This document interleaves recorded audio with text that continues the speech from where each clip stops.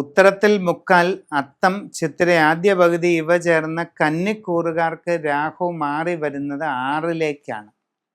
രാഹുവിന് ഏറ്റവും അനുകൂലമായിട്ടുള്ള സ്ഥാനമാണ് 6ാം ഇടം.